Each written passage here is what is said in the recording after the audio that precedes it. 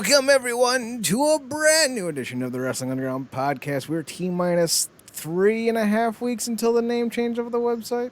You and I need to do a conversation tomorrow about our awards. Mm-hmm. So that's gotta be done tomorrow because we gotta get those up and voted. I'm fine with doing them at the end of the year, like in terms of like announcing the award winners, because that's what we usually do. We'll just have a truncated voting schedule. It's fine. It's fine. So, I'm Chad. He's Marcus. This is the Wrestling Underground podcast. We're going on a combined 4 hours of sleep. For no other reason than we did it to ourselves. There are times, Marcus, when I still feel like a kid, where I'm like, well, if I go to bed, I might miss something. It's a damning indictment on the public school system, and I'm not sure why. Yes, and as the TV and film increases, our watch schedule just increases in a day, and every day we don't scratch something off, and we just get further and further behind. You know what's really sick? I have like probably combined 103 combined new hours of content to watch, and all I'm doing is watching reruns. I never say anything about that, but I do be thinking, I'm like, he really be watching, like, I'm pretty sure he still hasn't seen the Snyder Cut, but he's watching, Nope. he's watching all the Home Improvement again. Well, it's on Laugh, it's on one of those stations I get for free, and, it's there. And sometimes I just like not thinking. Like, I swear, like, the only way I'm gonna be able to help him get caught up on stuff is if we make it for the show. Marcus, if you try doing that, you're gonna get a text saying I'm canceling the show. Like, we're gonna have to review the stuff he's gonna need to get caught up on fresh. Like let's review the last season of Doom Patrol. Like, before you catch Brendan Fraser or something else where he's actually Brendan Fraser. Oh, good for Brendan Fraser getting that role in another DC property. Yeah, man, and he's I showed you that trailer with him doing, I guess, that show that's going to air on CW with Tom Welling. Oh yeah, that's right, you did. Yeah. So it's just cool to see that guy having a career resurgence, man. Like, he deserves it. You know what I'm saying? He's always been one of my favorites. He was great in The Mummy. He was one of my favorite guest spots in Scrubs. He's been in a bunch of things. I really liked him in Bedazzled. You ever see Bedazzled? Love Bedazzled. That is prime. Got the actress's name, but that is her. Carmen Diaz, The Mask movie. Yes. Where she plays the devil. I think it's Elizabeth Hurley, if I'm not mistaken. Yes. Yeah. The part that gets me every fucking time is when he's like, I want to be more sensitive, and then he starts screaming and crying at the sunset. I love it. So we're going to talk NWA Hard Times and how Matt Cardona just won't leave me the fuck alone. Yes, he is the ass pollock on life right now. For real wrestling people, he's all over the place. Yeah. Like, he's too free of an agent. Though I will go into why I think it might be a good thing. But before we do that, it wasn't originally on the docket, but we're going to do a quick little catch-up. Jeff Hardy was sent home from a WWE schedule tour last night. Apparently, as the story is told, he was in the middle of a tag team match. And I think he may have been tagging with Finn Balor or somebody. And he makes the tag, goes to the ringside, and then leaves through the crowd. And then just goes home, apparently. So, obviously, everyone is wondering, speculating what this means. Did he relapse? Who knows? The WWE won't fire him, I don't think, because they are using their recovery system, their rehab program essentially as a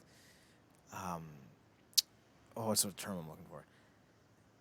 They're using it to increase their goodwill. They're promoting the hell out of it. They're like, hey, look at all the good stuff we're doing with our rehab program. So they're gonna jump on this opportunity to send Jeff to rehab more than likely, if that's the issue. Just so they can continue to be like, we care. Yeah, using it for PR, yeah. There it is, PR. I can't think of words when I'm, well rested. Not, 3 hours of sleep. 2.5 hours sleep. Oh yeah, this is going to be What? good. 3 hours of sleep. Chad's finna sound like he works in New Japan with these names tonight.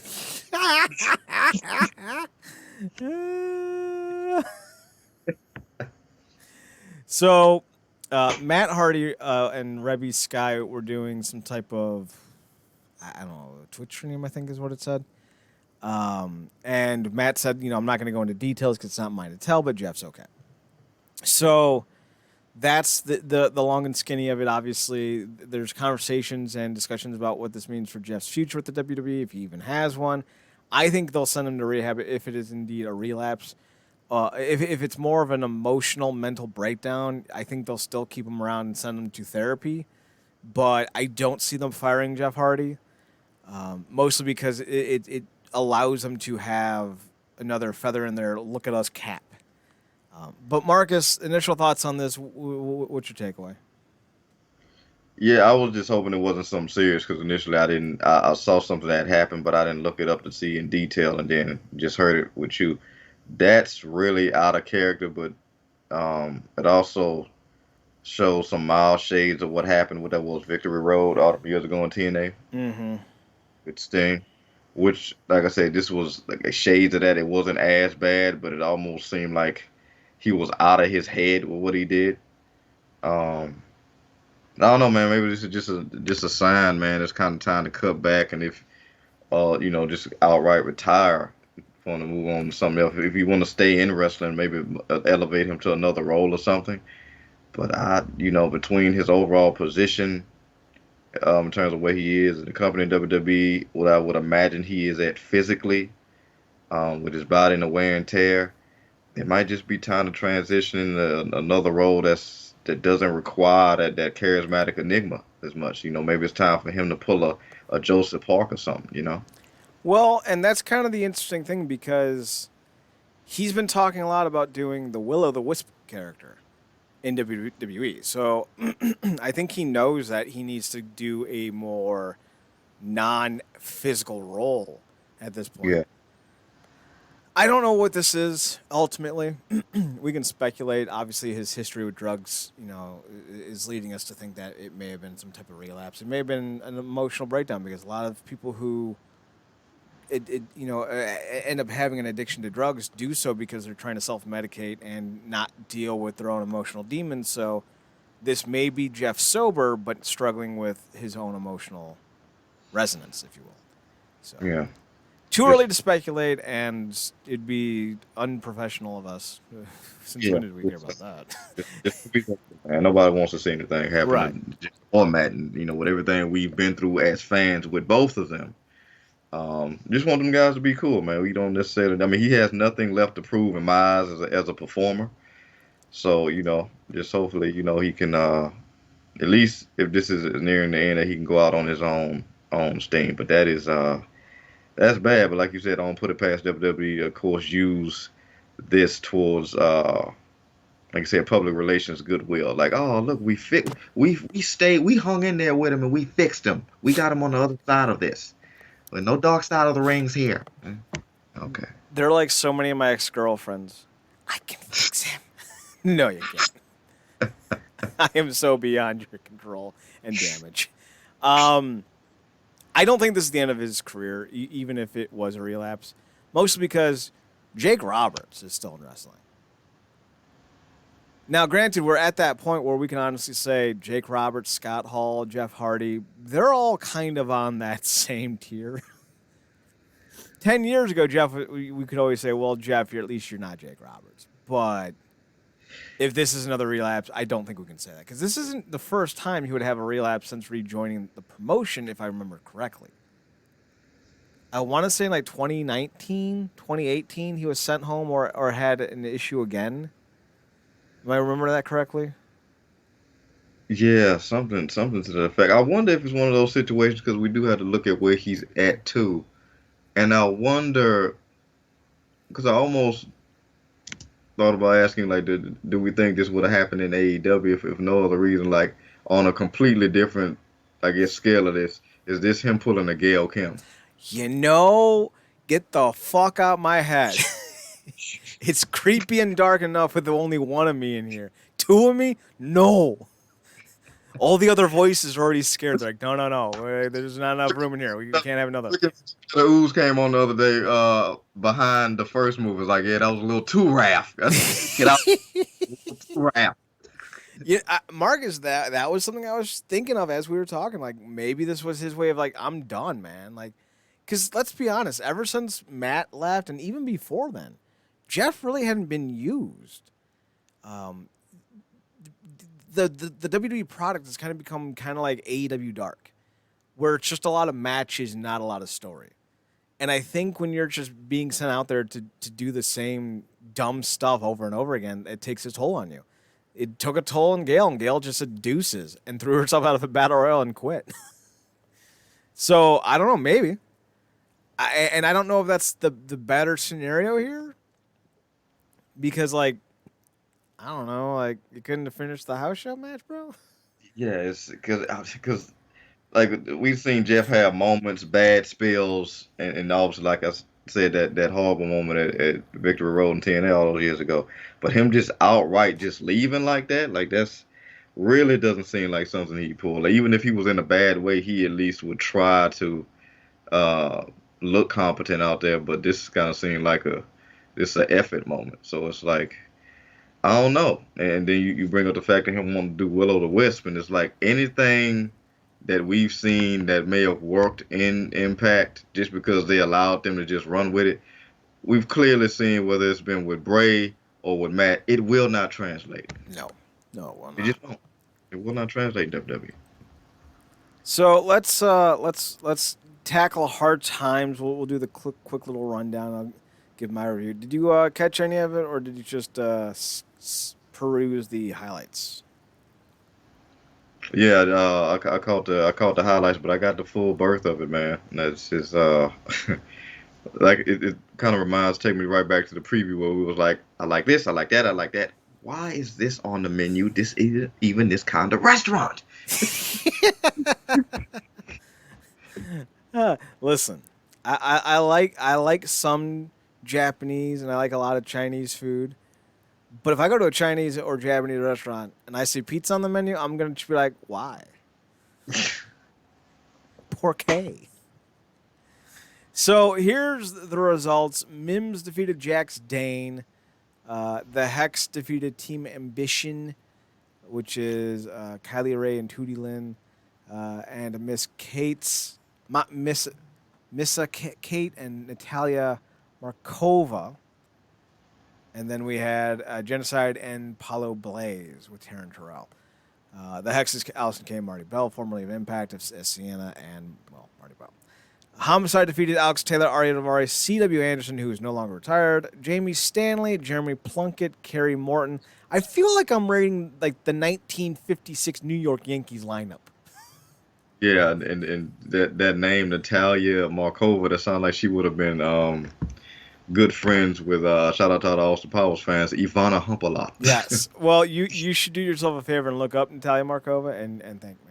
Although I think I already did that for you. Yes, but I'm going to thank you again because I remember that. Homicide also defeated Luke and PJ Hawks, Ricky Morton at 65 years old, Saul Renaro, and Victor Benjamin. Because of the win, Homicide moves to the Final Four of the Junior Heavyweight Championship Tournament. Joining him will be Austin Aries, who defeated Rhett Titus in the opening of the pay-per-view. Mickey James defeated Kiera Hogan. Then the OGK, Mike Bennett and Matt Taven defeated Aaron Stevens and Jared Kratos. And then Camille defeated Melina.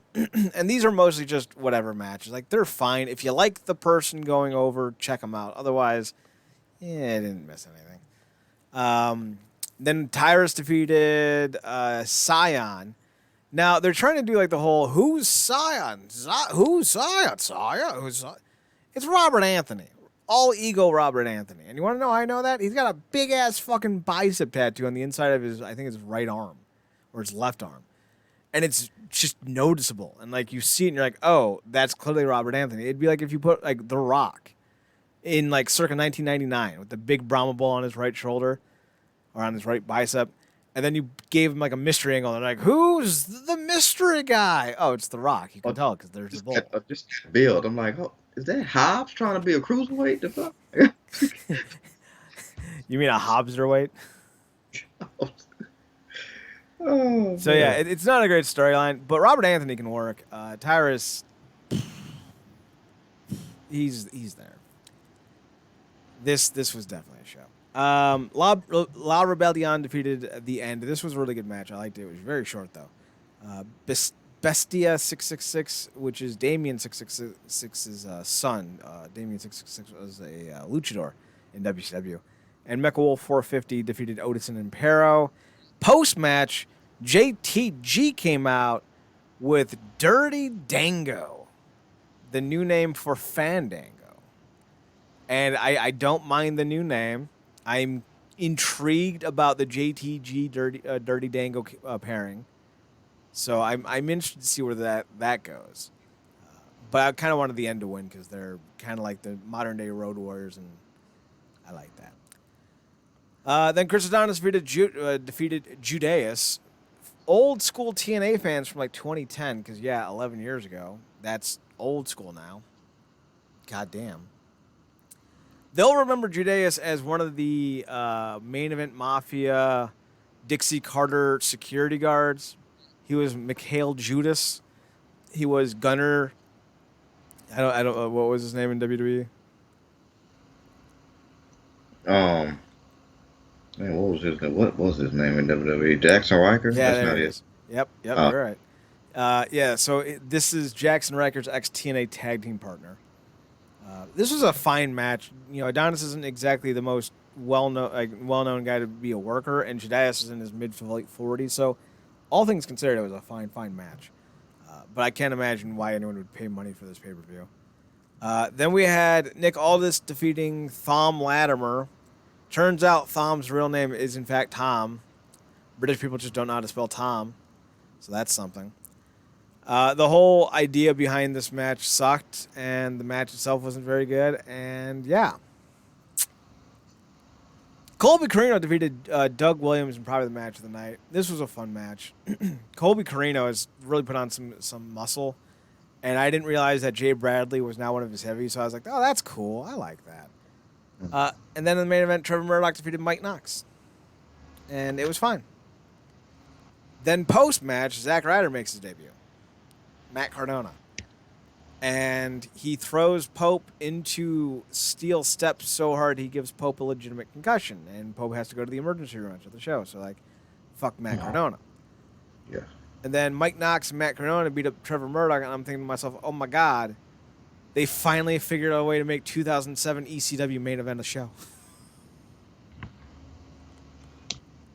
Because with the exception of Trevor Murdoch, Cardona, Knox, and Pope are all like that new breed of ECW wrestlers. Yikes. Was Cardona part of that? Eventually, he got moved. Remember when Cardona did the whole half leg thing or a half trunk thing that he was doing? Oh, okay. I'm pretty sure that was on ECW. So not at the same time, but like 2008, I want to say. Because he was wooing. Oh, yeah. Ruining my night. So that was NWA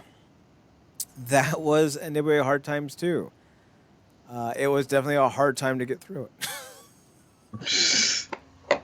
And there's talent here. Like Aldis, the OGK, Austin Aries, Mike, Molina, Robert Anthony, The End, Doug Williams, Colby Corino's not bad. Trevor Murdoch's not bad. So you had talent here, but I don't know why you needed to put on 16 fucking matches. Yeah, I mean, look, I cared more about stuff that was going on this show than the next show we're going to get into. Obviously. But this is with more, there's a caveat to all this. These are more familiar names. It's a more grounded show, also because it's the NWA. So it's not all the flash and razzmatazz, if you will. But, yeah, like you said, at points it was hard to get through because it's like Austin Aries, Tyrus, freaking Matt Cardona, skippable can't have enough S's in but yeah, I mean it was cool to see Adonis again, JTG.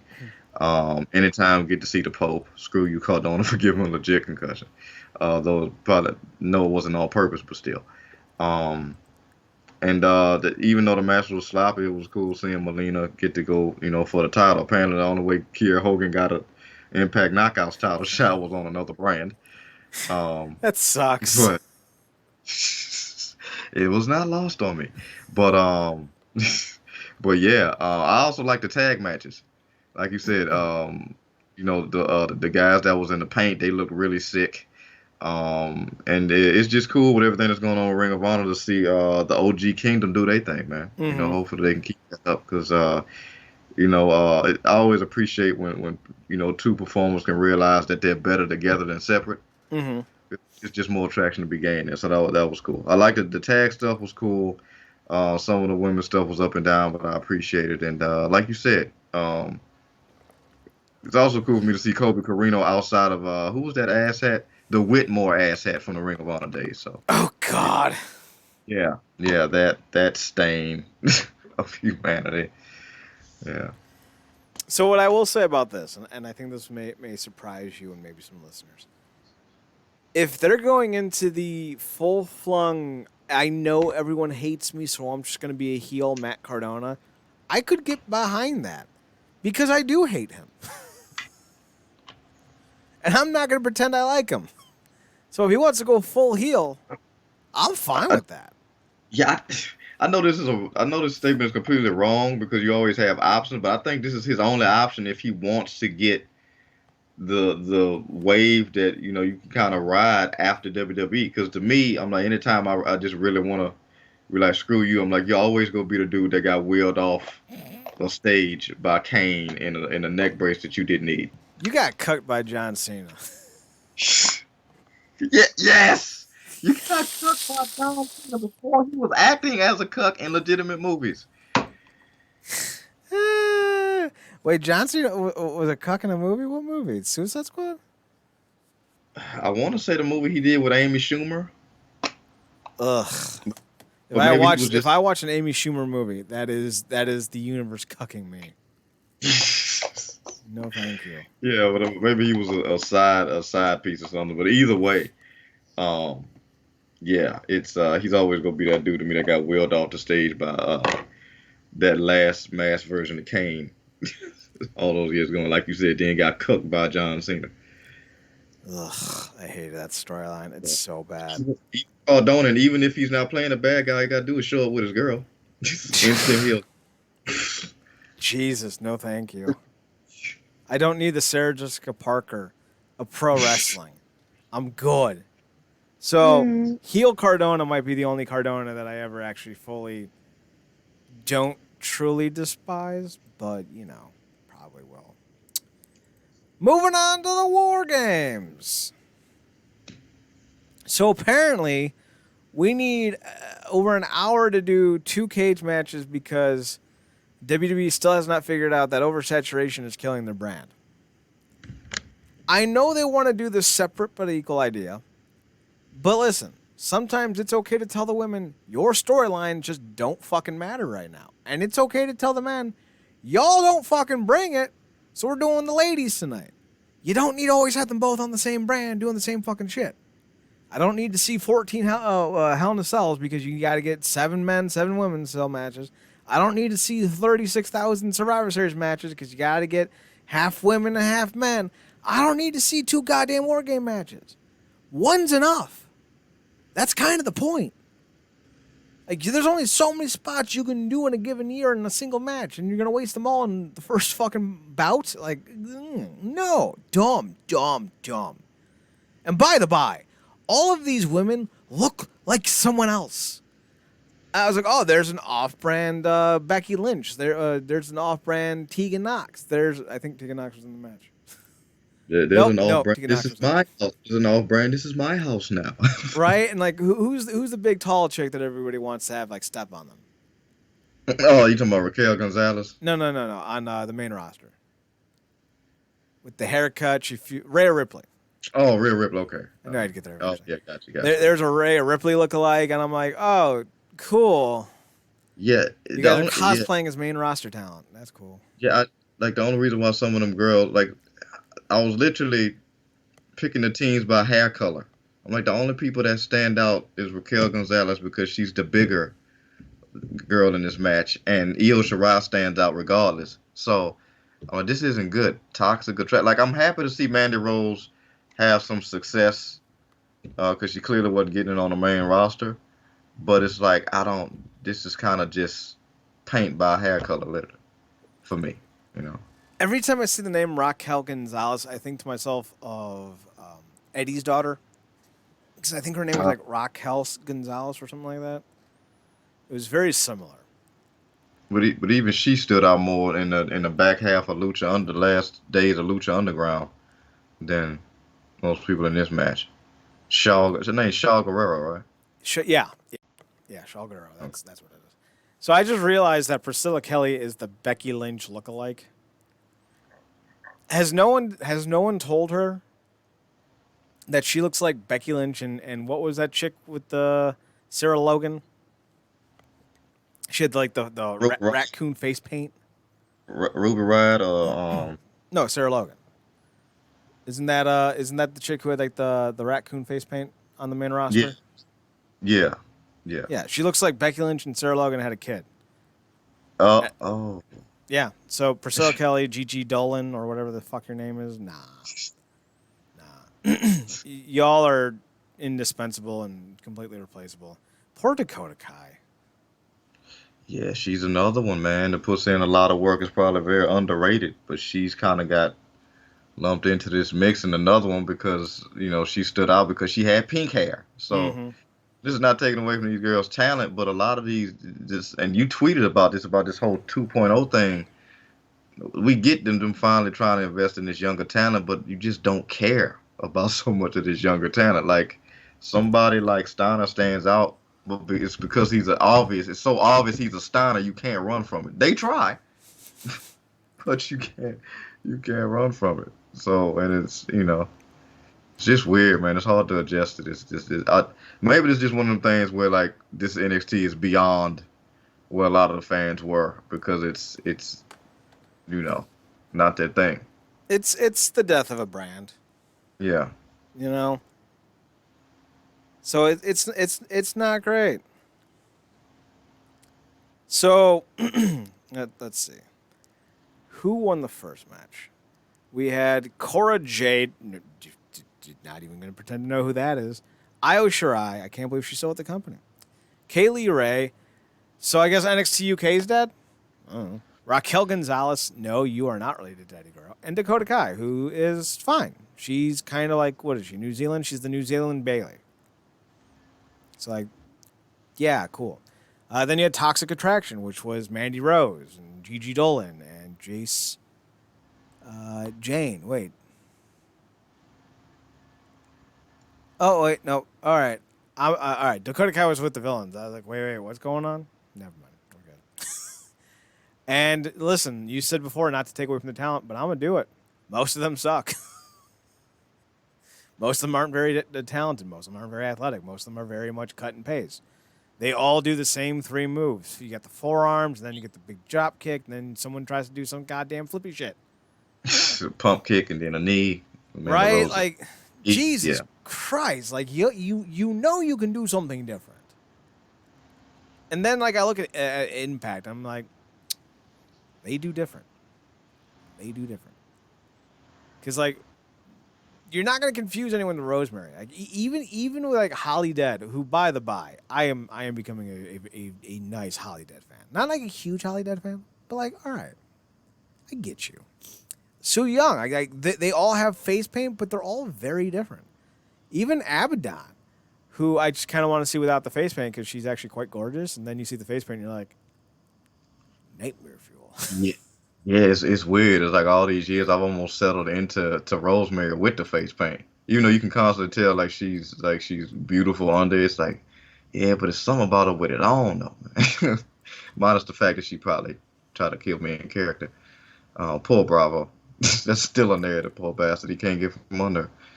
Well, But yeah. all you got to do is remind her that you're not a virgin, and she won't be interested. Oh yes. So, alrighty. What else happened? Imperium, the least two impressive members of the group, Fabian Aichner and Marcel Barthel, defeated Kyle O'Reilly and Von Wagner. Kyle O'Reilly's about to be done in this joint. He's 22, skidooing on out of here. Him and who's the other guy? Johnny Gargano. They're both expected to leave the promotion. They both turned down new contracts with the WWE. It's almost like, I don't know, they don't like the way they're being used. So, kind of not surprised that they're both guys were on the losing end of their matches. Yeah, I mean, I think they both see the writing on the wall, man. I think like a lot of fans, they're realizing that their time with that company is, you don't want to become the old thing in a barely making a new trend. Mm-hmm. I'm all they're gonna promote this whole 2.0 thing because that's the new narrative, but they're essentially a part of that old narrative, and we've seen so much of that kind of kicked out, whether it be just because somebody wants to spite Triple H or otherwise. But they're kind of a part of that. But they've also had their day. Johnny Gargano, Tommaso Ciampa, Kyle O'Reilly, they've had their time to the point where the brand was solely wrapped around those guys. So it's not like they're missing out on anything. And they're go out doing the honors, putting this new talent over. And I just think it's just one of those times, man. Like you kind of just they see the writing on the wall. They're not going to be where they're the direction that they're going. So it'll be interesting where they end up. They might end up all in the same place because a certain baby is elsewhere, and we already see that Bobby Fish fell back in damn near into that narrative. So we'll see. And it's always possible that they do end up re-signing if enough money's thrown at them. Like that's what happened with AJ Styles. He was going to leave the promotion. He was in talks with returning to Impact, but then he's like, "I'm gonna take the money," and then the Good Brother's like, "Well, fuck you too. You're not a good brother after all." You you would have thought that AJ might have had a caveat with the whole Twitch thing, but they probably paying him way too much money, and then he's at a certain age, and he had an unprecedented push when he came in for somebody who, in other circumstances, would have been pushed into the ground. They pushed him to the top. So yeah, I just sometimes the grass is greener. Specifically when he doesn't have to work an extensive schedule. He's got almost now, so he ain't doing a crap ton of work. So You would say he's almost working. that. So here's the funny thing about AJ Styles. Do you ever think about his John Cena matches anymore? I don't. No, it's John Cena matches with Roman Reigns. I'm trying to see what was that. He had that one off with Finn Balor, but I think that was out of necessity. Yeah, because that was the Everyone Has AIDS show. Yeah. No, And what then, was like a bunch of people had like meningitis or something like that? yeah, something. Yeah, it was something like that. And then they had to pull last minute duty. And then I don't even remember his match with Brock like talking about. Like when you and the good thing about AJ Styles is when you go back and watch this stuff in context or out of context, it's still quality stuff. But it's been so far removed from what we've seen with him lately. It's interesting. But again, I think it's just kind of easy to get lost in the shuffle because they bastardize everything. They give everything away on the weekly shows. They got too many pay-per-views. Got too many meaningless matches on shows leading up to pay-per-views and then shows on the pay-per-views. And then, who can forget the literal balls to the wall feud he had with Shinsuke Nakamura. See, and I was about to go there because that seemed to be, in my opinion, the moment AJ Styles' luster was lost. Because he finished the Cena feud, and then he went into Shinsuke, if I remember correctly. I think so, because this Cena kind of like go back to filming some stuff after he did. Yeah, because Cena and him tussled in the summer.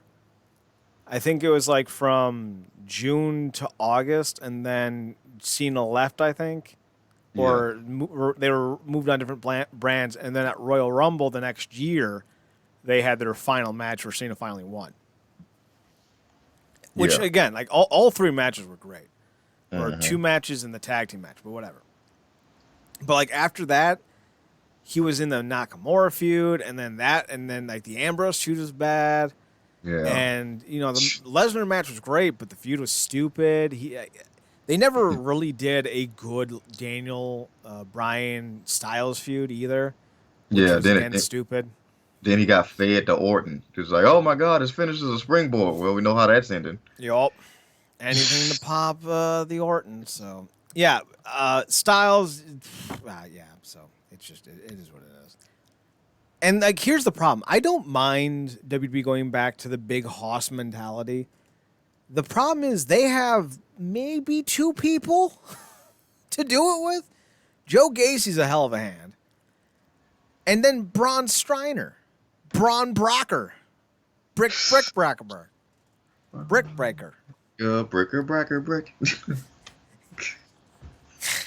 Are we going to do a 1960s jingle for like a toxic lead infused toy? Get the Brick Breaker today. Now with more lead. Did you know that eating lead paint chips will actually increase the size of your child's brain? Just got the idea. Do a Small Soldiers 2 and make Braun Breaker a toy and make him the villain. You know, fucking, all right, you know, fuck you, because, yes, I want to see Small Soldiers 2, but with WWE wrestlers as the villainous action figures. Like, how great would that be? It would be terrible in all the best ways. Just make Braun the Vader and make Scott the Palpatine. There you go. And then make the other WWE people like this is, yeah. I would love that. Technically, Braun should be the Vader to Rick Steiner's Palpatine, because that's his papa. But also, then you just have Scott going around telling people they're fat. Like that would be peak quintessential needed. No, you're 100% right. But now I almost want a Star Wars spinoff with them being legitimate like Star Wars characters and him trying to tell like his nephew like the percentages of this 5th Death Star working. Scott tries to tell Braun the percentages of escaping the asteroid field. Braun, escaping the asteroid field is 1 in 1/4 chance to Smo Joe at sacrifice, and you ain't got no chance at that chance. And then he's just like, never tell me the odds, because you don't know them. It's like gibberish. Like, but Uncle, I lost to Joe. What's going to be different this time? He's fat! Braun goes off to fight Vader, and Rick's like, he was our last hope. And Scott goes, no, it wasn't, because he's fat. and then you get the scene where he's in his base alone, and then he's all powerful, and then he's like, oh no, it's his one weakness, and then they just play the Main Event Mafia music. Oh, that's such a good theme. Oh. Then because Chad's writing, Booker T randomly shows up. Trying to recruit him again, speaking that damn accent. In my home country of Africa. I'm going to find the episode of Impact. I swear to God, it's on my to-do list. I am not having a Mandela effect with that moment. I remember it. He said my home country of Africa. He said it. I swear to God, if I can't find that moment, I don't know what I'm gonna do. I finally found the Kevin Nash big booting a little person, so like I know I can find it. Yeah, Chad's gonna go on a scout for that, and I'm gonna find a way to find either the episode or the clip of Chuck Norris versus Steve Borden. I swear to God. Oh my God. See, you know that's fake, because like Steve Borden versus Chuck Norris, that only ends in one way. Sting hits him with that chop, and that's the end of it. Although Chuck Norris is a legitimate, well-respected karate practitioner, so I don't know. In real life, I think he would just kick Sting in the thigh and call it a day. and Norris is like, all right, we kind of like Chuck Norris because like 90s kids, but also like he's kind of a tool. So like, you know. All right. Cameron Grimes defeated Duke Hudson in a hair versus hair. Roderick Strong defeated Joe Gacy, even though Joe Gacy's like 230. And then Team 2.0, which, by the way, I didn't realize that this was the narrative of the feud. The old versus the new. And, like, if they had actually marketed that better, I feel like this would have worked. But also, who the fuck's on Team 2.0? Who's Carmelo Hayes? This is the NXT North American champion, right? Yeah, that's the guy. That's the guy I sent you about that horrible promo. Oh, God. Oh, God. I don't know who Grayson Waller is. Does he play for the Bucks? Was he on Duke? And then I don't know who Tony D'Angelo is. Is he Italian? Is he black? Is he Black-Italian? I don't know. I don't know who any of these guys are, Marcus. I feel like I'm an old man watching the new crop of kids coming up, going, "Get off my damn wrestling ring, you dang kids."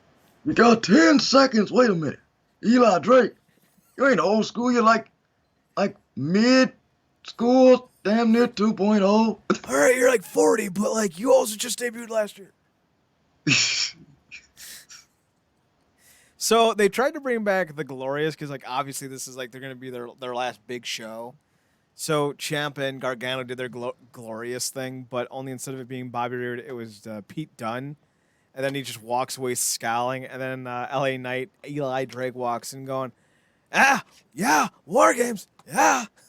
And I'm just sitting there going, man, I don't even know if we can call that version of NXT a success because, yeah, they had some big shows, good shows. People were excited. But at the end of the day, they made 0 stars off of that version of NXT.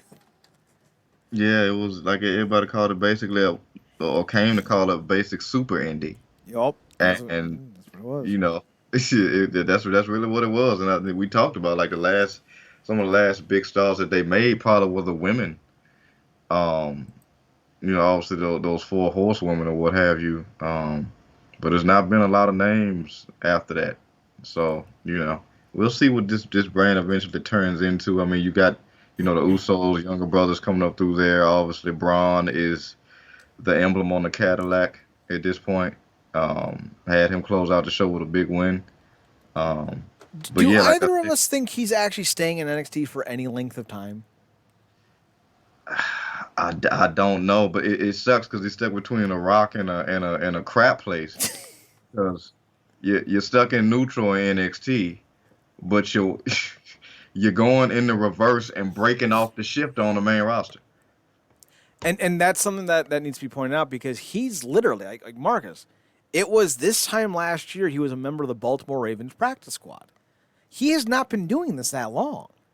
It would be lunacy to bring him up. Now, granted, he's a freak athlete like his father. Like Rick Steiner is one of the all-time great wrestlers at the University of Michigan. And like the thing is, like, yeah, Scott Steiner clearly was on steroids for most of his career. But Scott Steiner was also super fucking athletic. And like I think we often like kind of get lost in the sauce when we talk about like wrestling athletics. Like, oh yeah, Will Ospreay's athletic, and Ricochet's athletic, and Rey Mysterio when he was 23 and didn't have 47,000 knee surgeries, he was athletic.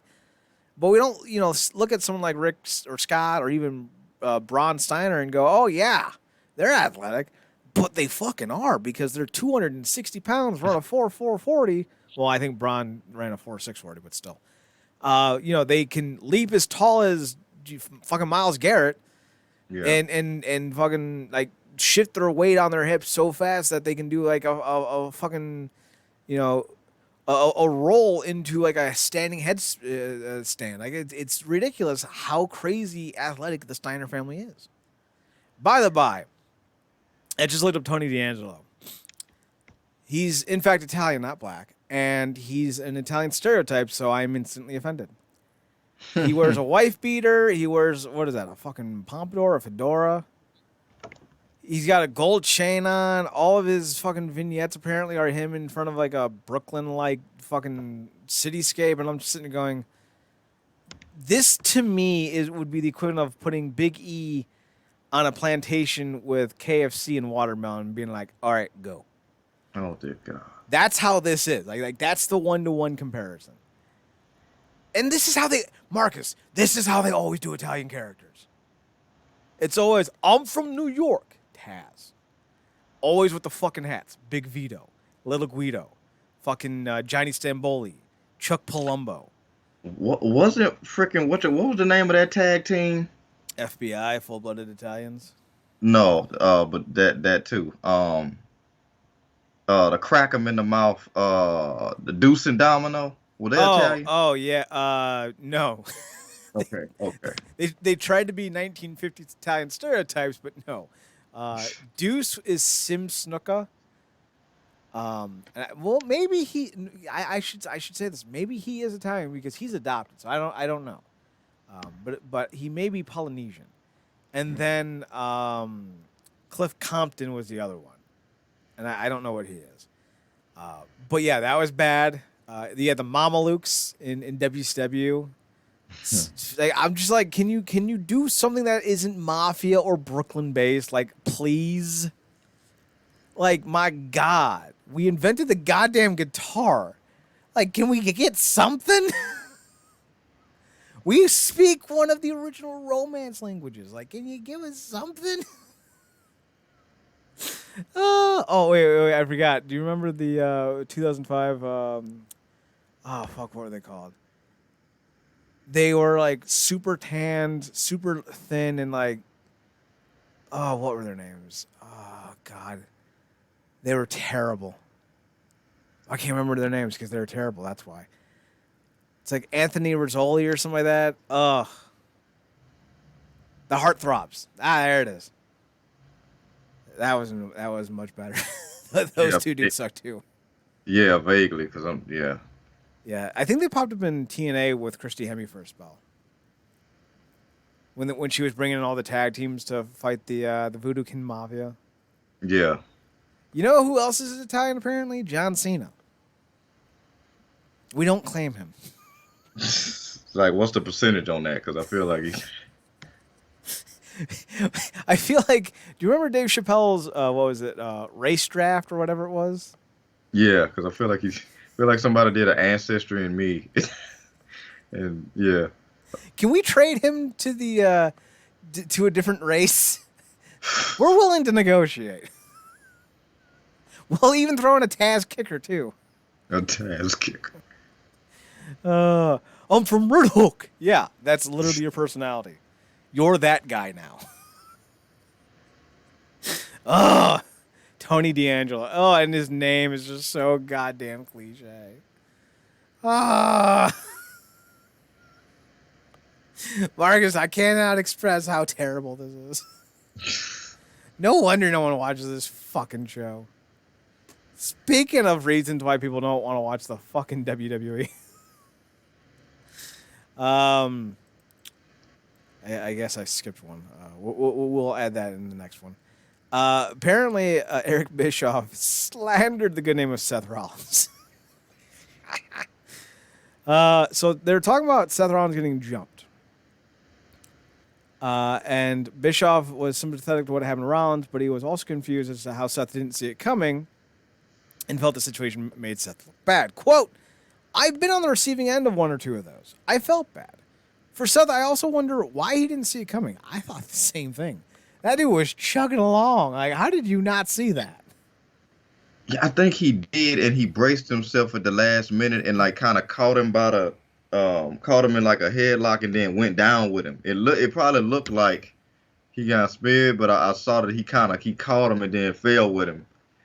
But yeah, that was it was interesting. I just don't know how most people could criticize him. I definitely was interested in talking about this with you specifically because of your background. Mm-hmm. Like, that's a lot of thinking on your feet. Yep. Specifically coming from a match, however tired he was, and the bastard hit a corner. It wasn't straight on. He hit a corner. So, as you know, you got to commend. You know, we'll continue to get on Rollins because that's the narrative here.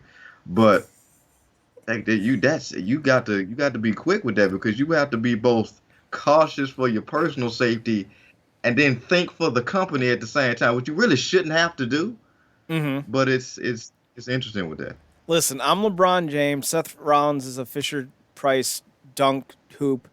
And anytime Seth Rollins comes up, I'm going to dunk it because it's just too easy.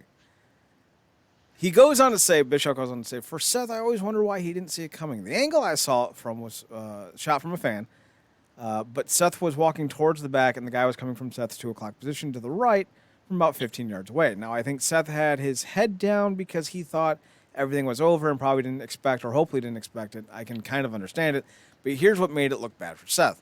The guys took Seth down. Depending on who you listen to, Seth was moving in for a choke. Security hit. There's bodies, like 800 pounds of body everywhere. And then 3 or 4 guys from security finally get this cat off Seth. And then Seth stands there and says, is that all you got? That's something I was hoping we wouldn't see on television because that didn't look good. Well, we did see it on television, but we saw it. We didn't see it on television, but we saw it after the fact. Honestly, I think there should be a law passed in every major city that has an arena. If you're a fan, you jump and attack whoever's on the field or on the floor or on the ice, pick your sport, and you go after an athlete, you should not be able to press charges against anybody for anything. Now, that is why the security hopped in as fast as they did, because they're trying to protect liability here. I did think Seth wasn't going for a joke. Seth was struggling. Seth is one of those guys that when people go, you're just a pro wrestler, you don't know how to really fight. Yeah, Seth is just a pro wrestler. He doesn't know how to really fight. If it was like Josh Barnett or Brock Lesnar or Cain Velasquez, that dude wouldn't even have gotten to Seth. That dude would have been fucking ultra murked, like just dropped. Now, I will say this.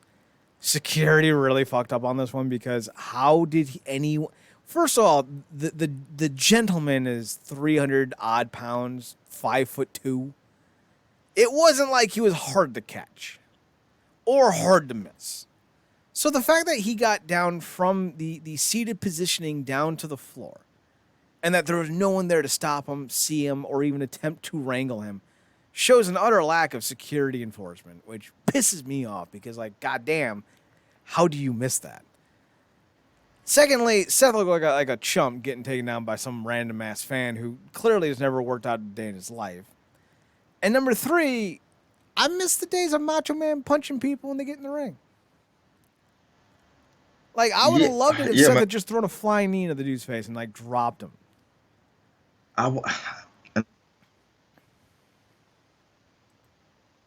It would, but I don't know exactly the answer he'd give, whether he'd be protecting his ego or trying to protect the company. Which history would show he probably try to protect the company more than himself. Stupid, but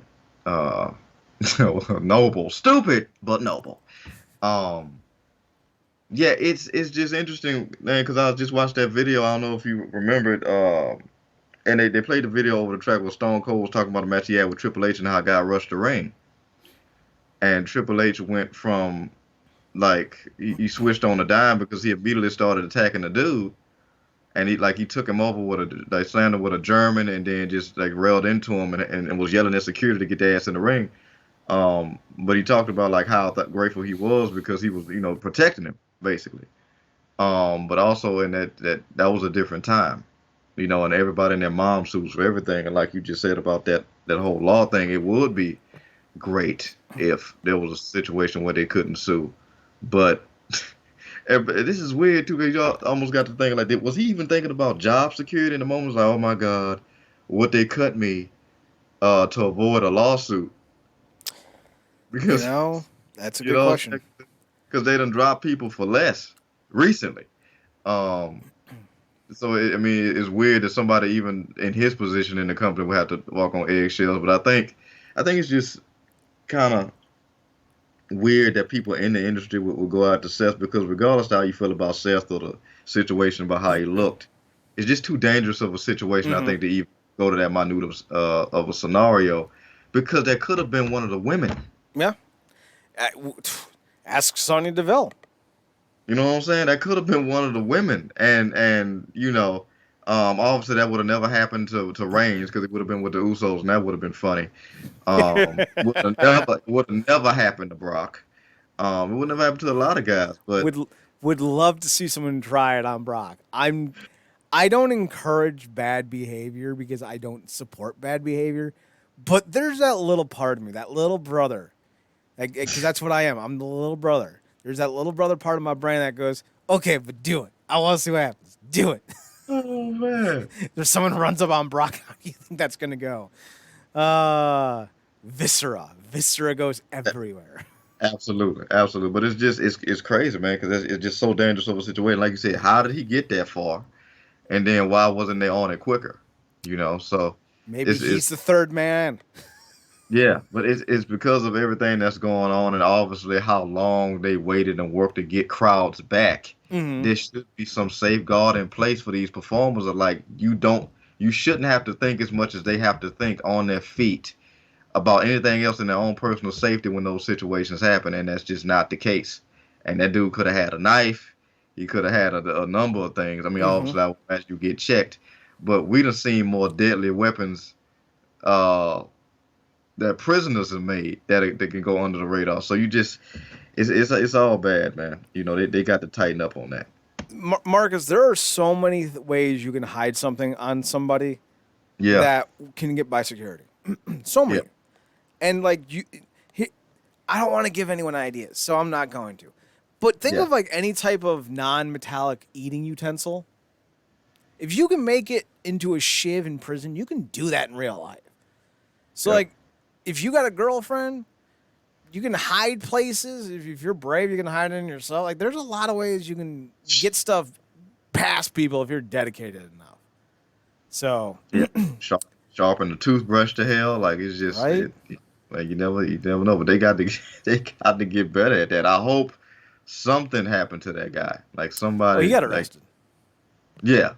Yeah, but it's interesting, man. Like I said, that level of safety, man, it's that probably make a lot of those guys actually probably want to go back to that damn dome You know. because that also makes me think about that crap that happened to Bret Hart.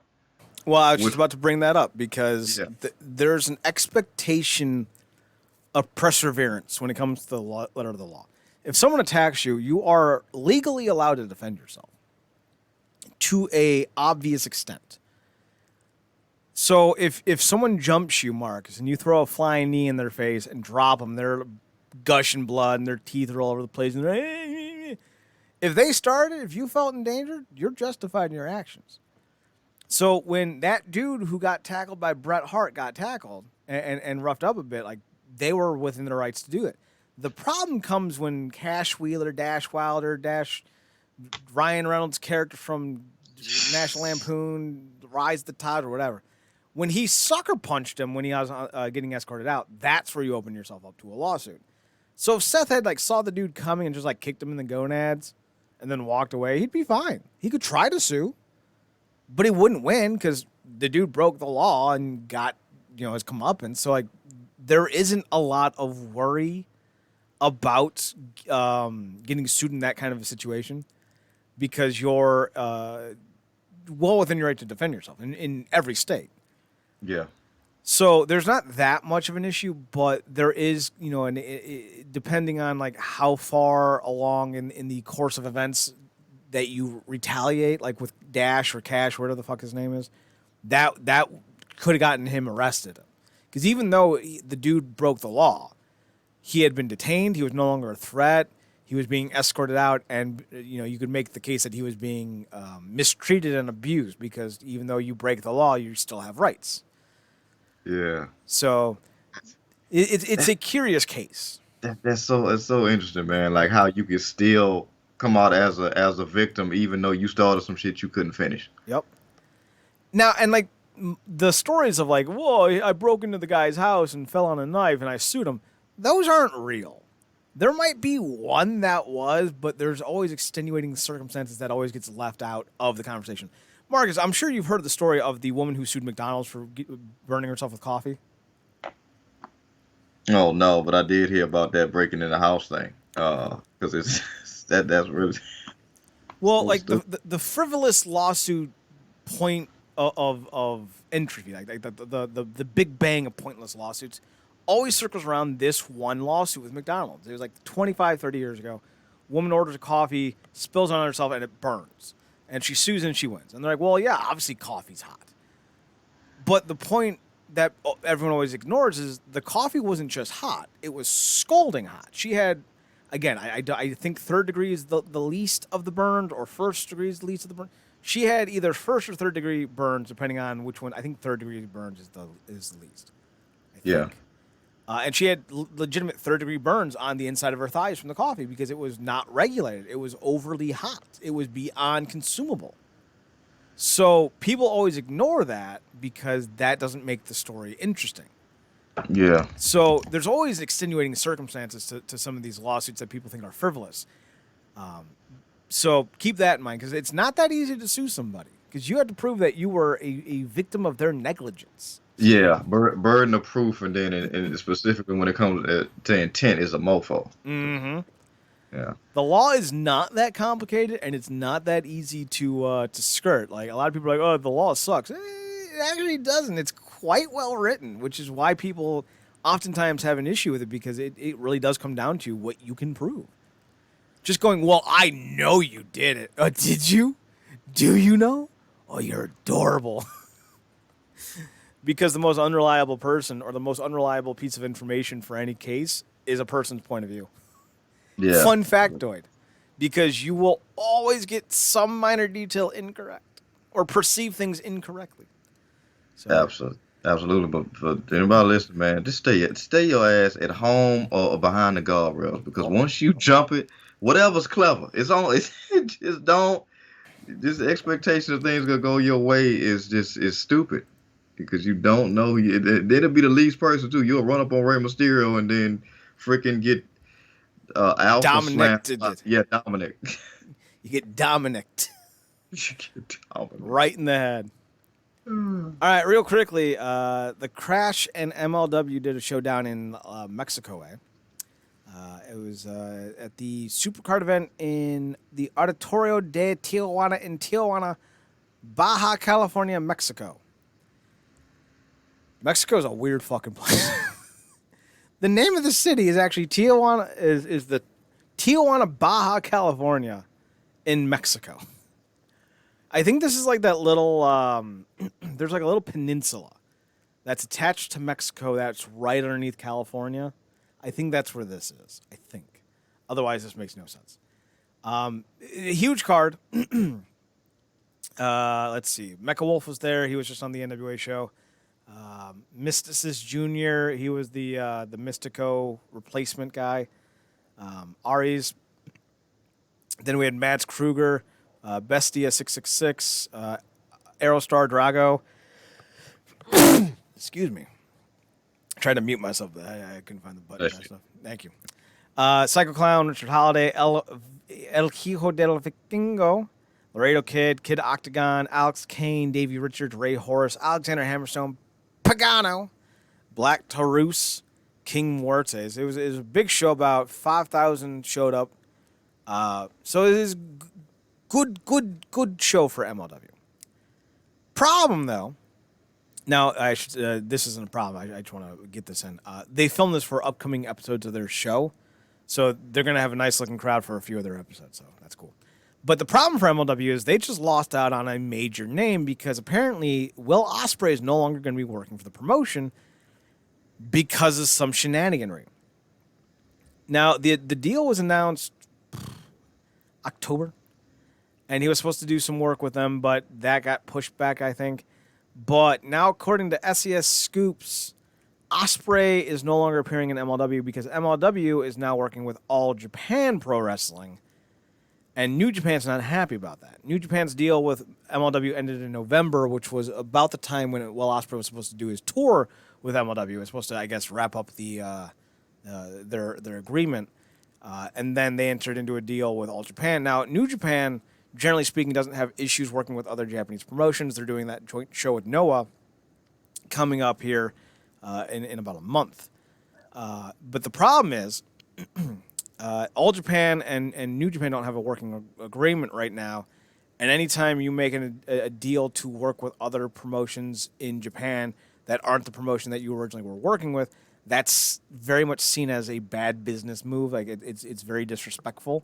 So even though they don't have any issues with All Japan, they're still going to take it out on MLW, and they're like, nah, you don't get to use Will Ospreay anymore. So that sucks. Marcus, thoughts? Yeah, I mean it's always interesting, man. We've seen over the last few years just how beneficial it has been for so many of these companies to link up. But between obviously the mandate by a company and then all the scuttlebutt, if you would, that's kind of followed Osprey. I think it's just came down to a matter of um, convenience ultimately. MLW, like you said, it's losing a big name, but they've done well even without big names for a while. We kind of talked about how they've been slowly but surely the underdog. Um, so I don't know, man. Will Ospreay he's still a big name, even though he don't his name don't ring have the same ring out that it used to. But even though I kind of see it as a negative when companies do stuff like that, I can't fault them for having rules and sticking to them. As for fans, it seems something like easy for those companies to kind of have some kind of camaraderie, but ultimately a lot of times they just don't for whatever reason. It just kind of comes down to it. So what can you do? It's all about that respect. Speaking of respect, Charlie Haas demands it for the team angle. I think that might be one of my favorite staples of all time. It was good. It was damn good, man. You had Peak Angle, you had Shelton Benjamin, Charlie Haas. You're really only just missing a fourth. That's it. And I don't count Eric Angle. No one should ever count Eric Angle.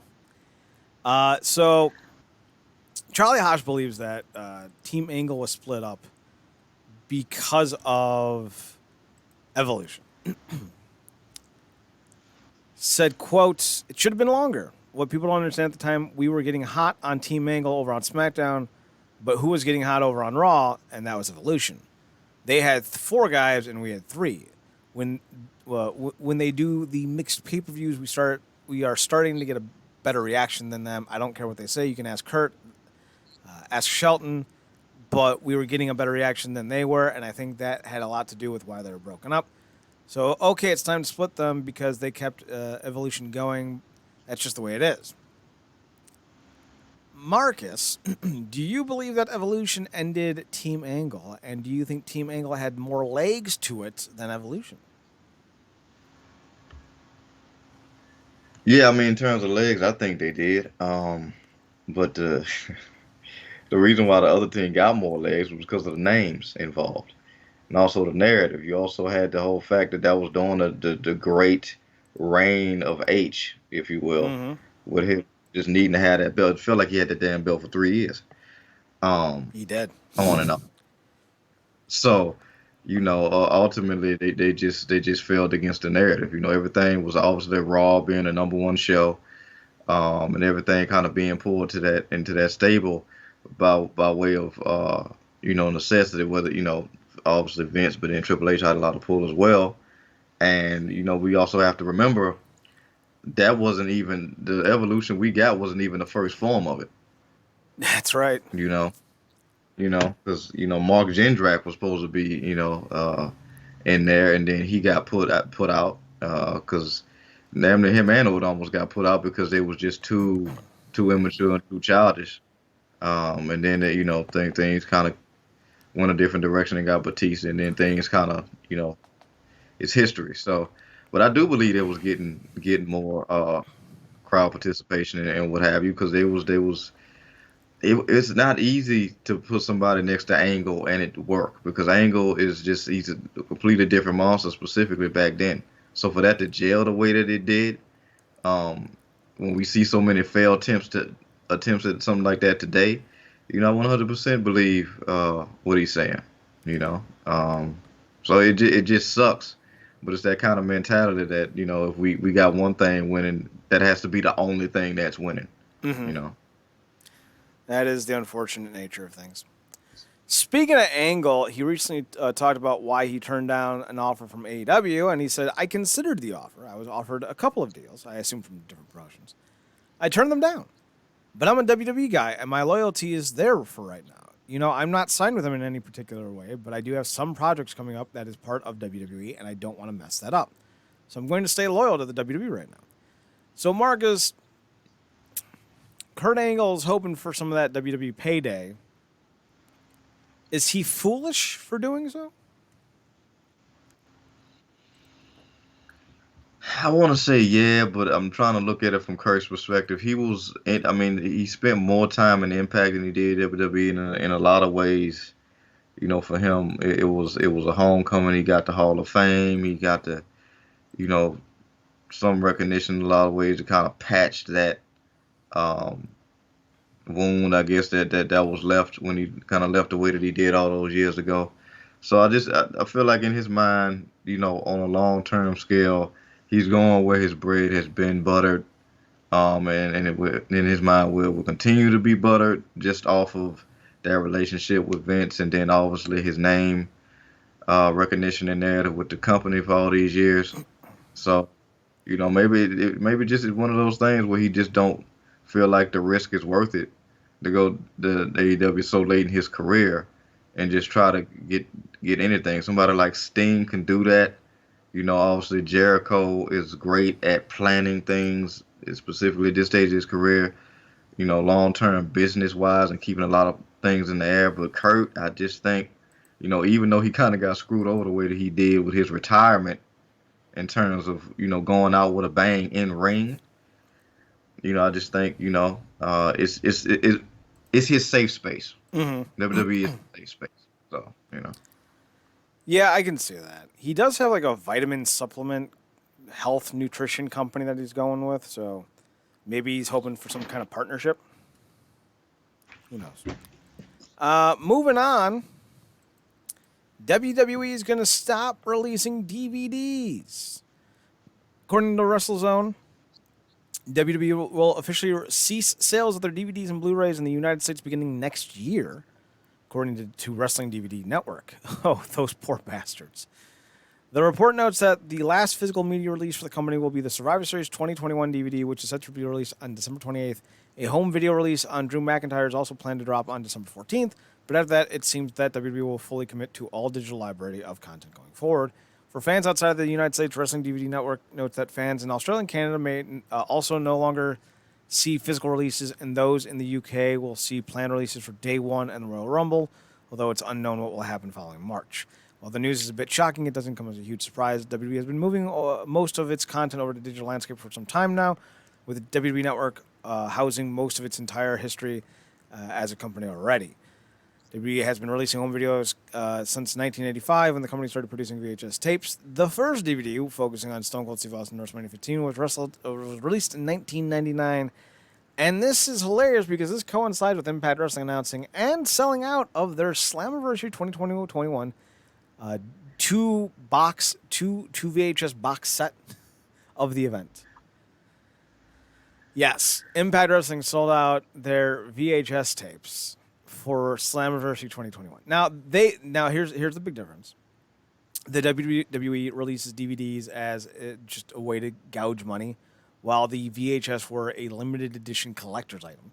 So there is a bit of a noticeable difference in the point of both. But I find it hilarious that WWE can't make Blu-rays sell, but Impact Wrestling can sell out their VHSs. That's funny.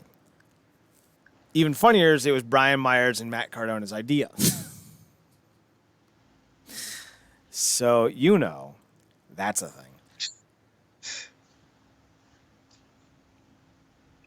I got nothing. Yeah, I mean, it just is what it is.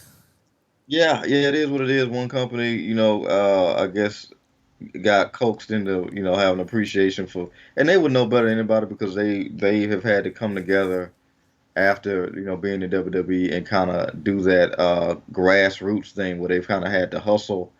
Um, I would imagine Zach knows when it comes to possessing physical things by all the action figures that he has.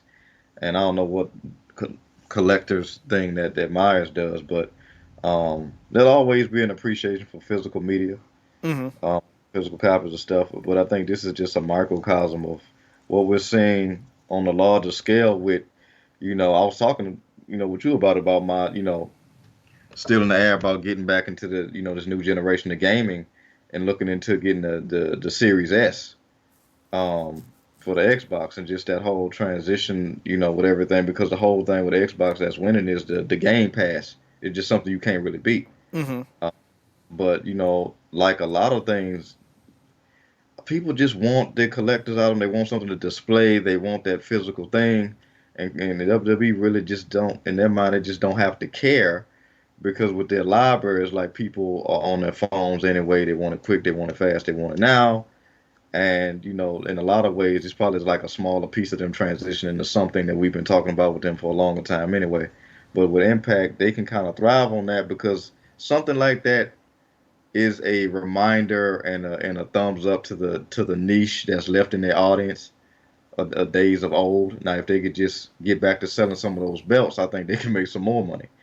Um, but yeah, like you said, it's just interesting. We're seeing a very back and forth time right now of uh, the whole thing with media because DVDs are no longer a thing. I'm still trying to figure out the whole damn Blu-ray thing. I feel like a fossil, but that it's the way of things. That's not go that Blu-ray not even gonna be a thing in feels like in a few years. So.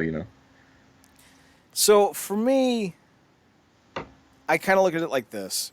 With streaming, you're always going to run into the possibility that the thing that you want won't always be there. But if you have a physical copy of it, you always have that guarantee.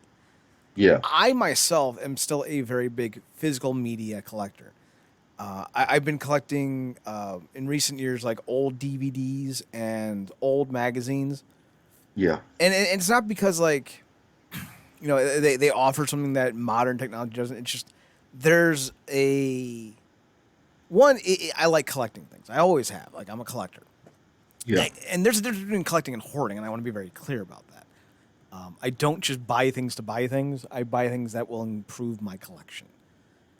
But with magazines and DVDs, like I'm getting the ones that I'm looking for, like old PWIs, old Sports Illustrateds, and it's not like I want to collect every single one. It's like I want to get, like, for the sake of argument, all the Sting covers, right? Mm-hmm. Because I think that's a cool thing to have. It's just something I can put there and flip through every once in a while and be a little nostalgic, and that's a real big thing with collecting is capturing that nostalgia. Plus, there's just a great feeling that you get when the box comes on your doorstep and you're like, ooh, it's Christmas in July. Exactly. Like there's some guy out there that has all the WWE Diva Playboys, and obviously for obvious reasons. But that also it's also a lot of stuff is like your very own time capsule. Mm-hmm. And that's an era. People say what they want to, but Playboy, back then had was a thing. It wasn't just no, you know, It wasn't a clothing simple. brand. Yeah, it wasn't just no simple sniff to say you were a Playboy. It meant something, and it meant something for WWE to have that brand affiliation and that whole thing. So, a lot of this stuff, I think it goes over people's heads because just going off what you said, when it comes to streaming, you'll always have a way to it. But Mm-hmm. if you have it physically, you'll always have it. Mm-hmm. You know what I'm saying? It's one's an avenue, one's a physical, a legitimate grip to it. So, and a lot of this stuff is gonna be we see it on eBay all the time. It's little classic stuff that could resell later at an insane amount, which a lot of people are doing anyway. So. See, like specifically with DVDs, I want to get like all the Chucks, all the Supernaturals, all the Smallvilles, all the Communities, all the Sykes, because that way, if they're on Peacock or Amazon, or if they all get combined into Disney Super Ultra Plus or whatever, I don't need to pay more money to watch it. I have them already, and I can easily rip them onto my computer, so I don't need to keep putting the DVDs in and out, and that way I still have the DVDs. And with video games, like you never know like which pass is gonna have what, and you Yeah. might be a Nintendo guy, and they don't have Rare anymore because Rare is now owned by Xbox. Like if you wanted to play Conker's Bad Fur Day or something like that, you're not gonna do it on a Nintendo device, like a new one. You're gonna need to go old school. So there's always a reason to have physical media. Yeah, yeah, because like Netflix, that stuff moves Mm-hmm. off it because they have to rotate stuff in and out. So, Mm-hmm. and a lot of what's grabbing them right now, what's grabbing a lot of consumers is that day and date type of deal. The minute it's released, it's also on the pass. So it's like, but you can't overstuff that thing for new stuff to come in. Old stuff has to go out, and if you don't get it when it gets good, it's gone. Now you're sitting there trying to get it online, and the price from $6.99 to $69.99 because you can do that on the internet. You Nice. know, yeah, Uh, the other thing that people need to realize with physical media is when you own it, there's no longer any issues with licensing. You will hmm never again see GoldenEye 007 released just because of how hard it is to get the licensing. WCW, Revenge won't ever be re-released because of the licensing. So many companies are basically held in some type of holding pattern, especially with like licensed properties. Like there was a game on Xbox. It was like a Chronicles of Riddick game, and it was really like people loved it. I think it was like the Escape Butcher Bay or something like that, and people yeah, loved it. It was great. It was a licensed game, but people loved it. But the amount of legal loopholes you would now need to jump through to get that re-released would almost make it just completely no longer worth it. But if you have the original version of it, you don't need to worry about a re-release because you already have it. And I think that's something that hmm people need to realize when we talk about digital media is, yeah, it's really great for a consumer culture, but if you're a fandom, it's not great at all because you're constantly having to search out and find new ways to watch your favorite shows or play your favorite games. So it's always just better to have a physical media outlet if you have the space and ability to provide for one. So I, for one, welcome VHSs back to the market. They're yes, terrible quality, but I'm sure someone loves them. I was actually thinking about getting one, but they're sold out. yes, and if you can have them be sold by our favorite guy, not Don Callis, Down West. Don West, yes, the brown bag specials. So, two little minor notes before we call it a night. With New Japan Best of the Super Juniors, Show is currently leading with 12 points. El Desperado has 11. Hiromu Takahashi has 11. Robbie Eagles has 10. El Fantasmo has 10. Yo has 10. Taiji Ishimori has 10. Yoshinobu Kanemaru has 8. Ryusuke Taguchi has 8. Bushi has 8. Master Wato has 6. And Duoki has 4. So we got more matches coming up on the Wednesday, December 8th, so in a day and a half. So be sure to check that out. Marcus, have you been watching any of the Super Juniors? I have not, but I do intend to watch the finals. No, but I will try to check out the finals. I've been behind. I missed all of this year's G1. And I think it's Tag League currently going on too, something like that. Yeah, I Um, think they're doing them together again. yeah, so yeah, I really got to get caught up on New Japan. I'm like the one time I miss out on so much of New Japan is when my boy is the champion with the wrong looking belt. Yeah, So, that belt really that oh did that man, did that did not do them justice. Speaking of doing justice, Josh the Good Woods, the Ring of Honor Pure Champion, defeated Josh Grissom, I think, unless there was someone in between Grisham. He's the new Pure Champion, or current Pure Champion, I should say. He popped up on the AEW tapings for what is it? Dynamite? No. What's the Rampage? No. Elevation Dark or Dark Elevation or just Dark. One of those. One of those. They filmed a bunch of matches in the old Universal Studios, Orlando, Florida studios. Duh.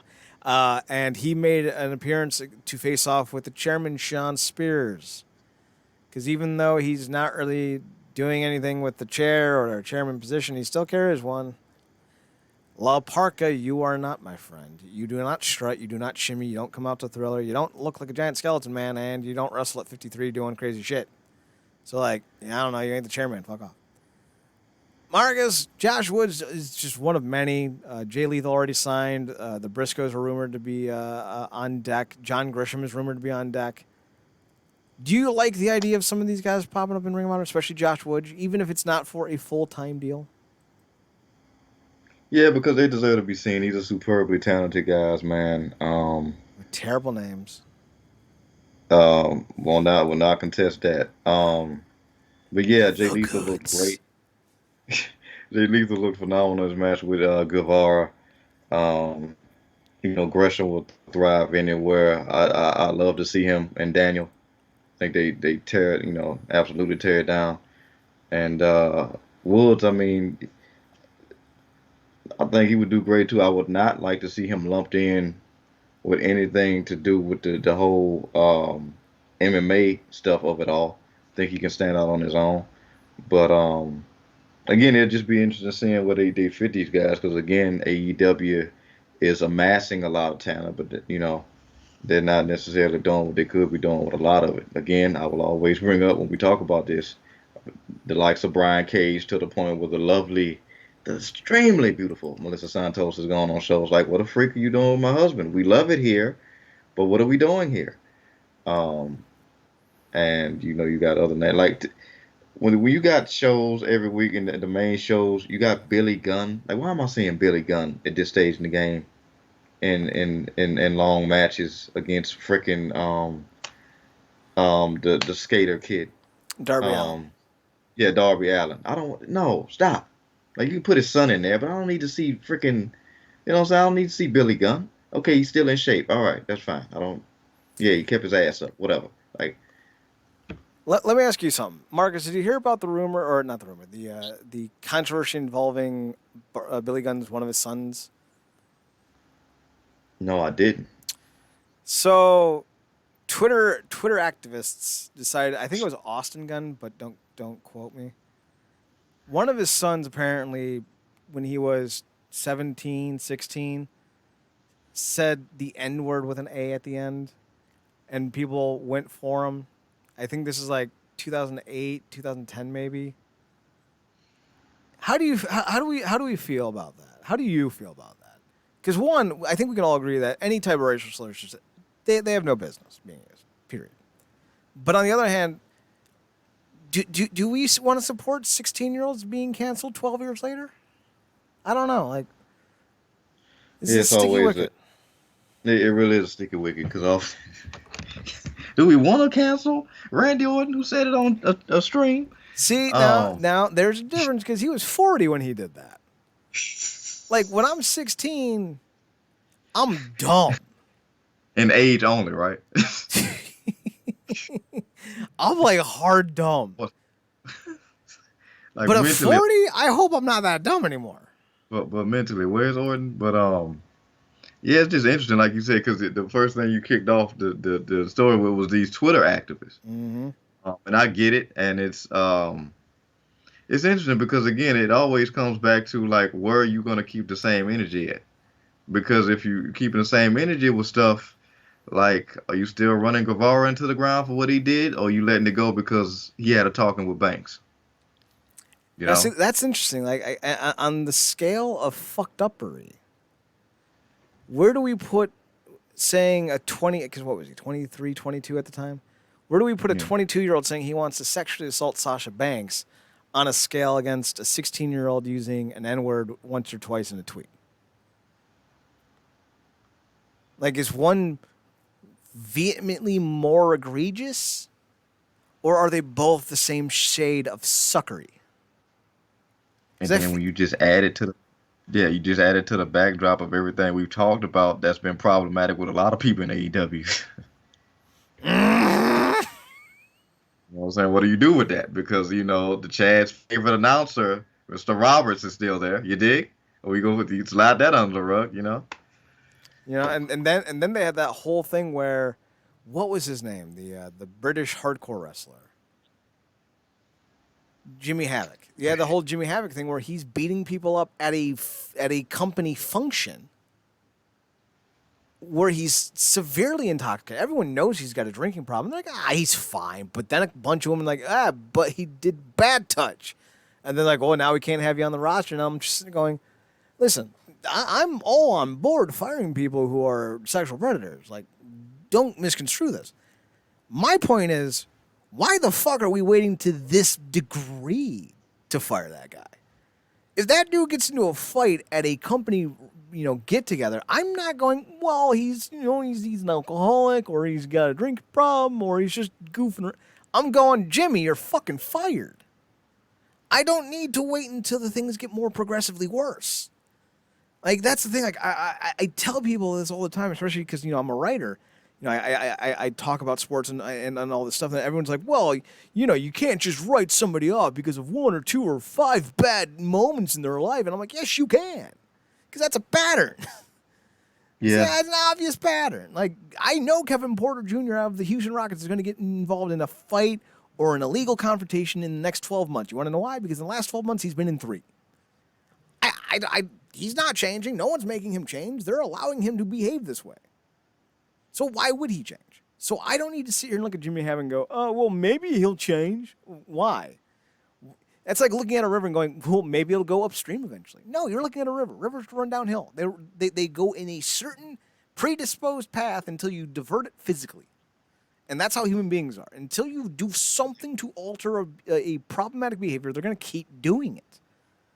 Absolutely. So I don't see like the Jimmy Havoc thing. Like, that just showed me just how bonkers bad they are at managing talent. And listen, it hasn't gotten better.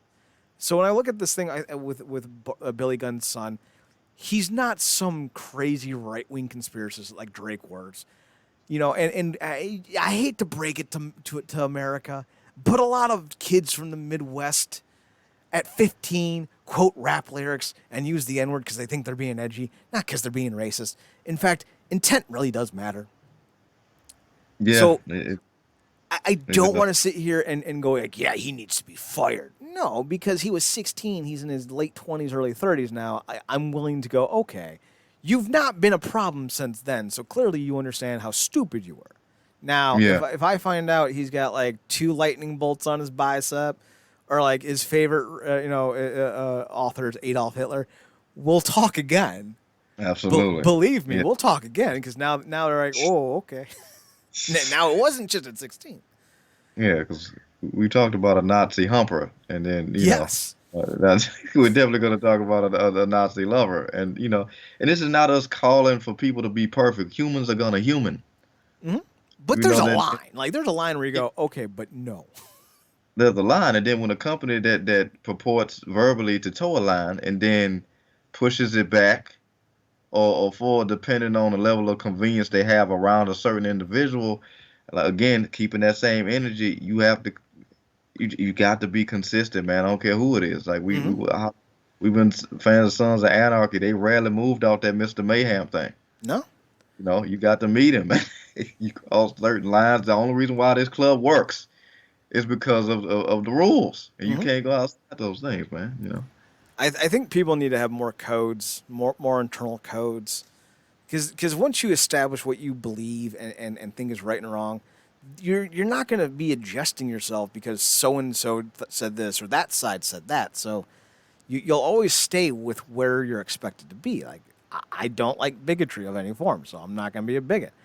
I don't like pineapple on pizza, so I ain't going to move from that spot either. Like, that's my hill to die on. So I don't care if a Dem or a Republican's like, oh, yeah, I also hate pineapple on pizza. I'm like, I don't give a shit. This ain't about you. You can go away now. But, like, when I look at so much of what's going on, the thing that I think always kind of baffles me is just how many allowances people will give people. Mm-hmm. And I don't get that. Like, I trust in who you are, but trust in your own beliefs, and you won't be led astray. The old saying is like, if you don't believe in it and something, you'll fall for anything. And I feel like too many people are like that these days. When it comes to like with like Billy Gunn's son and some of these other issues, like you can forgive quite easily. Like, okay, yeah, like I think about like D'Lo Brown. D'Lo Brown crippled a man by accident. I've never once said D'Lo Brown's an unsafe worker. I've never once said D'Lo Brown is a bad person, because it was an accident. I know it was an accident. He knows what is an accident.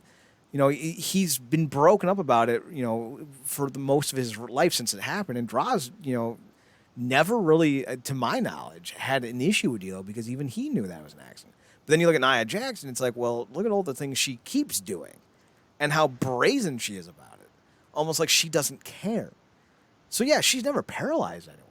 But her pattern of behavior makes me think, yeah, you're just a shitty person. So, like, you have to allow for people to make mistakes, but you also have to, be able to have that mentality of, well, if you keep doing something over and over again, I'm not going to believe that it was a mistake. Like Nick Gage. I think he's trying to murder some people because I think that's who Nick Gage is. Like, Nick Gage didn't just slash David Arquette's throat by accident. He's kind of a sociopath or psychopath. He's a psychopath. Let's be honest. Yeah, he's a habitual line stepper. Yeah. And he is like. Yeah, it is what it is. But again, when you got a man who's built an entire brand around that concept, you got to know what you're getting into. It's not like, he makes people do that stuff. You very much well know what you're getting into with Nick Gage. This ain't no, Sons and Roses with this guy. This ain't no pretty boy. Okay. Yeah. So, you know what you're getting into with Nick Gage, and hopefully, David Arquette, because did he do it twice? He engaged with him twice, or was it just one time? I think it was just the one time. I think. Yeah, so hopefully, he learned his lesson, man. If he wants to get back and try to do something, maybe WWE part of the softer side and kind of have him a Bad Bunny type of run, because you can very much. The whole point of that place is damn near getting killed. How many times has Nick Gage almost died? Yep. So and that's the line he'll go to. What you think he'll put you through? Who's a visitor? So that's an old ECW mentality. Listen, if you're a black Jewish person and you get invited to a Nazi rally, you don't have the right to be offended if you go. You went voluntarily. And that's how I feel like when you wrestle Nick Gage. You don't really have a right to be upset that he tried to murder you. At this point, we know who he is. Like, if you were dumb enough to take a match from New Jack, what did you think was going to happen? That he was going to work soft? Yeah, it's like you said, you go to that rally and you're a black Jewish person and you freaking go to the refreshments table and the freaking sugar cookies got a freaking noose emblem in it. It's like, what did you expect? Yeah, is it a bit much? Yeah, but what did you expect? That's why I don't go to that's why I stay out of a lot of Sicilian restaurants or Greek restaurants, because like I know you're gonna try to do my food and do it wrong. So instead of going there, I'm gonna be like, I'm good. I don't need that type of hassle. Greeks trying to pretend they're Italians. My fictitious hatred of Greek people is the only bigotry I allow on this show. I've actually dated Greek women before. I love Greek women. I love Mediterranean women. They got the curly hair, the olive kiss skin. They have no problem eating weird meat.